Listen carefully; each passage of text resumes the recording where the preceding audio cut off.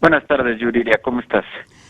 Pues este tema en la CETEC, el día de ayer hubo, la verdad, pues un intento de boicot que desde ayer decíamos parecía que querían aplicarla, que sus alumnos le aplican a ellos y poner polvos pica pica en los asientos. Se pusieron a desconectar las computadoras y de todas maneras tuvieron que sentarse a realizar la evaluación docente y lo hicieron pues una enorme cantidad de maestros allá en Guerrero. El día de hoy están realizando actos de violencia, me refiero a los maestros de la CETEC. Bueno, mira, yo diría, me parece que el balance de ayer termina siendo positivo, a pesar de este incidente que tuvimos. La evaluación se pudo reanudar.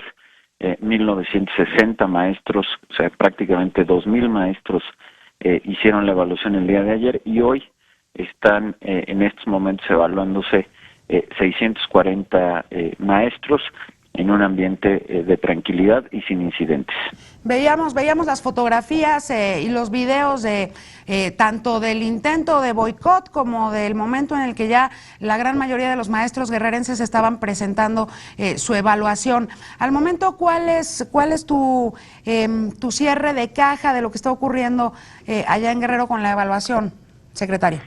Bueno, pues muy positivo, porque finalmente estamos teniendo una participación entre el día de ayer y el de hoy de más de 2000 maestros.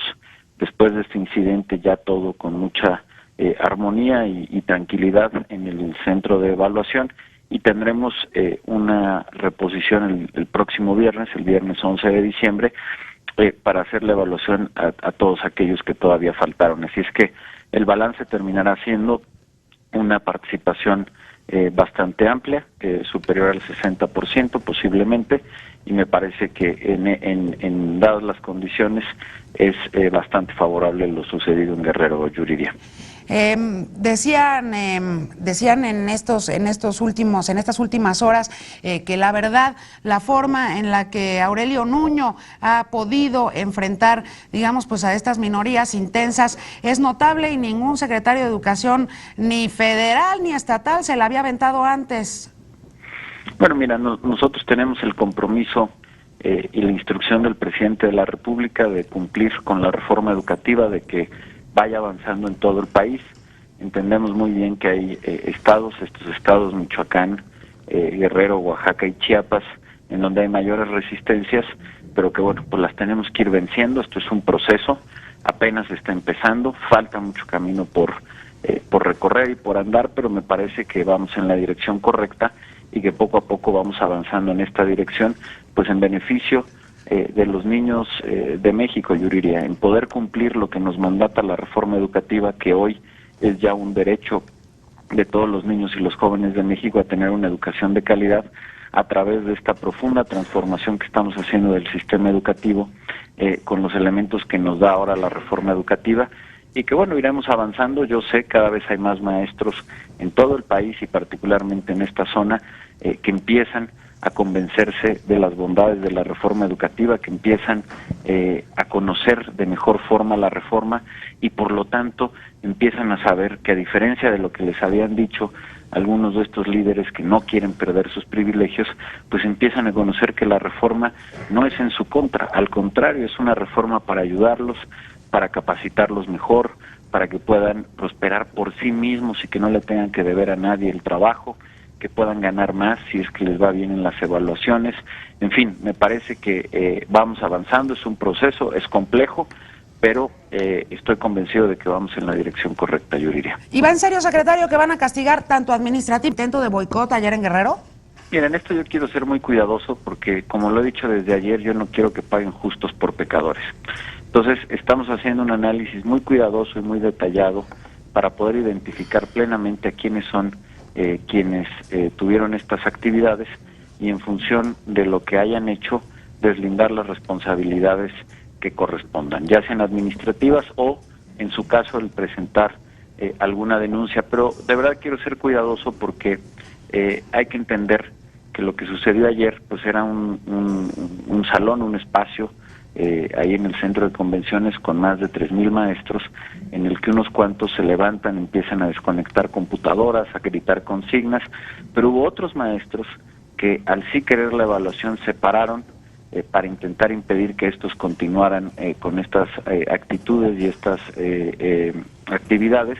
Y como se vieron en algunas imágenes ayer en la televisión, pues tuvieron un jaloneo que afortunadamente no fue a más, pero por lo mismo, reitero, yo no quiero que paguen justos por pecadores, y entonces estamos haciendo un análisis muy cuidadoso de los videos que tenemos, estamos recabando información de los testigos para que podamos determinar con plena seguridad y estar plenamente seguros de que a quienes les estaremos aplicando la ley con pleno rigor, pero también con toda justicia, sean a quienes cometieron estos actos, y que no por las prisas vayamos a cometer un acto de injusticia. Así es que nos llevará el tiempo que nos deba de tomar determinar con claridad quiénes son quienes realmente participaron, y también deslindar con toda claridad cuáles serían las responsabilidades y por lo tanto qué es lo que estaríamos haciendo o qué denuncias estaríamos presentando, Yuriria. Pues vamos a estar muy pendientes, secretario. En otros temas, hoy volvió a la mesa el tema de la Secretaría de Cultura,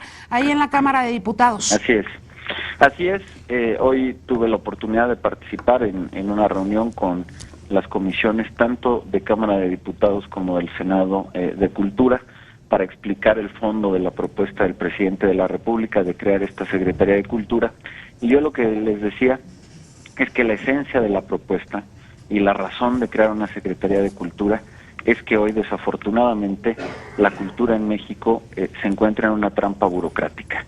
¿Qué quiere decir esto, Yuriria? Quiere decir que como ha crecido afortunadamente el patrimonio cultural y las actividades, que son inmensas, junto con el tamaño del sistema educativo, que también en las últimas décadas ha crecido afortunadamente en una gran dimensión, resulta que hoy esta trampa burocrática consiste en que, por un lado, y hay que decirlo con toda apertura, el secretario de Educación no tiene el tiempo que merece la cultura en México. Absorbe de tal manera las tareas educativas que el tiempo que merece una actividad prioritaria para el país no se lo puede dedicar de todo el secretario de Educación. Por supuesto que estoy al pendiente de los temas de educación, tengo además una gran relación con Rafael Tobar, pero la cultura merece atención plena y permanente, y eso es algo que materialmente no lo puede dar el secretario de Educación. Y por el otro, el CONACULTA, que se dedica de tiempo completo y hace una gran tarea atendiendo los temas de la cultura, al no tener el grado político de una Secretaría de Estado, no tiene la fuerza suficiente que requiere la cultura. Entonces, en esto consiste esta trampa burocrática en la que la cultura se queda atrapada entre una Secretaría de Educación que no tiene el tiempo que merece, y por el otro lado el CONACULTA, que le dedica todo el tiempo, lo hace muy bien, pero no tiene la fuerza política que también merece la cultura. Y por ello, la salida y la solución a esta trampa burocrática es lo que ha planteado el presidente de la República, que es la creación de esta Secretaría de Cultura. Así es que tuvimos una muy buena discusión con los senadores, con los diputados, a quienes agradezco que me hayan recibido hoy ahí en San Lázaro, Yuridia. ¿Y como para cuándo estimas, secretario, que pueda concretarse la creación de esta Secretaría?